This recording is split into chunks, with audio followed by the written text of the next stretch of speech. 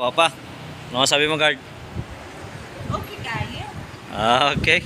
Ayan, meron tayong Tigo 7 Pro ay Cherry. So, kailangan natin mag clean. Yan, meron tayong car tool. So, itong cleaner natin sa evaporator. Yan. So, meron tayong camera. Yan, so may camera tayo yung guys. Yan, so makikita.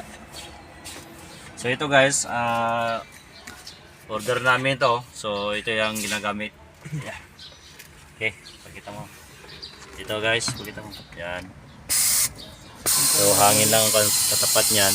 Yan. Yun o. Oh, meron na pala. Kaya na tayo ng rayon. Yan, nasa 35.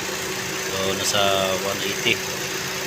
Ay, 190 guys. So, okay na. Ito yung ating karga. So, pawis-pawis na guys. Ayan. Ating outside. Sabi, malamig na.